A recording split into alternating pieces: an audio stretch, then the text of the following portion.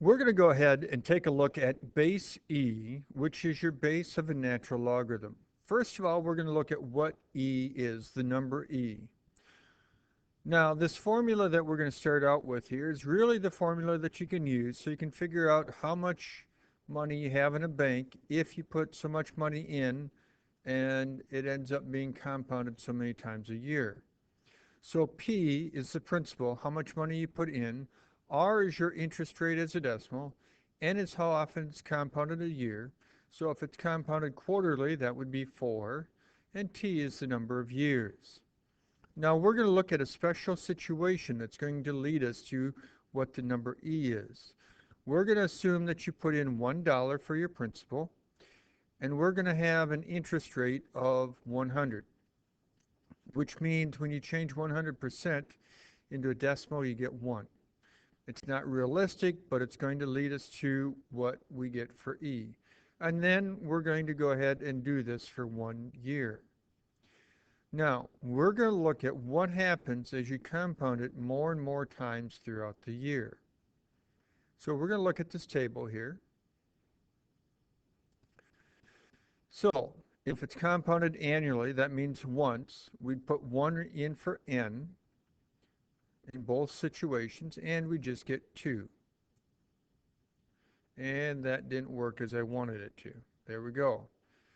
Now, if we end up having it semi-annually, that's twice. So n is 2. So plug a 2 here, plug a 2 here.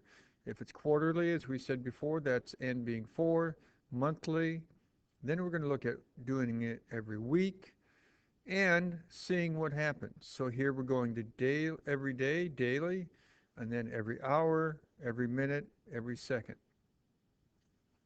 So when we go ahead and type this into our calculator and start getting our answers, the first one we just get 2. When we type in the second one, 1 plus 1/2 all squared, we end up getting 2 1/4.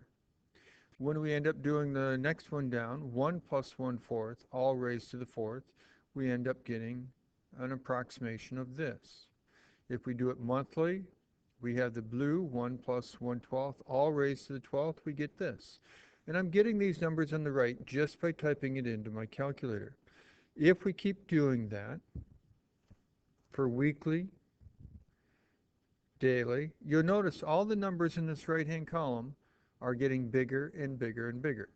Now we started out with 2 way up here, then it jumped by a whole quarter, then it jumped by less than a quarter, and each time it's getting bigger but not going up by as much.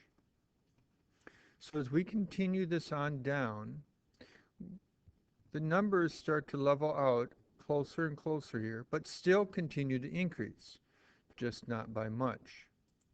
So what we have here at the bottom is an approximation of the number E. The natural number E is what it's referred to as, is one of those irrational numbers. It cannot be exactly represented as a decimal or cannot exactly be represented as a fraction. Here's a long approximation of what E is. Now, E is the second most common number that shows up in mathematics compared to pi. Pi is the most common, E is the second most common. E, once again, is referred to as the natural number E. So if we were to go ahead and write an exponential function with our base being E, we would call that a natural exponential function. So then when we go ahead and look at logarithms with base E, we would then call that a natural logarithm. So when we go log base E of x, our base is E, that's referred to as a natural logarithm, and we would just write ln of x. So whenever you see ln x, it means log base E of x. So here's our natural exponential function, in which our base is E. Its inverse is our natural log of x. So exponential functions and logarithmic functions are inverses of each other. And once again, this would be our natural logarithmic function. It has a natural log in it, And so we would just call it logarithmic function for our natural logarithmic function. To work these out, we're going to use our calculator. We're going to go e to the 0.5. E is this blue thing right above the ln button. So I need to go second, natural log, and then I'm going to type in 0.5, hit enter. Then I'm going to do my 4-decimal approximation of that, and I get this. Do the same thing for this one here, e to the negative 0.8, and I get this. Then we need to type in this right here. This is natural log of 3. We also have a natural log button here in addition to your log button. The log button, remember, is your common log, which is log base 10. The ln is your natural log. So this is really log base e of 3. But we'll just type in ln 3. We get our approximation. And then we get our answers. And we do the same for the last one. On these bottom 4 down here, so we need to write this from the exponential form into the logarithmic form. Using our definition of a logarithm, we're going to go log of our base of our 23, so log base e of 23 equals, and we put the exponent on the other side.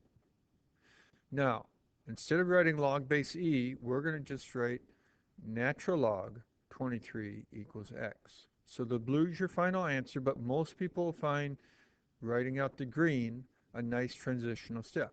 Same idea here. We're going to write log base e of 6 is equal to x. Then we're going to write that as a natural log of 6 is equal to x. Over here, we're going to work backwards. So we're going to start off by rewriting our natural log of x as log base e of x, still equal to that number. Then we're going to Tarzan, definition of a logarithm, e, swing it over, hits this up as our exponent. So the blue is your final answer. Same idea here, transitional step, log base e of x equals 2 1/4. Swing over that e, hits the 2 1/4 up. Down below here, we need to simplify.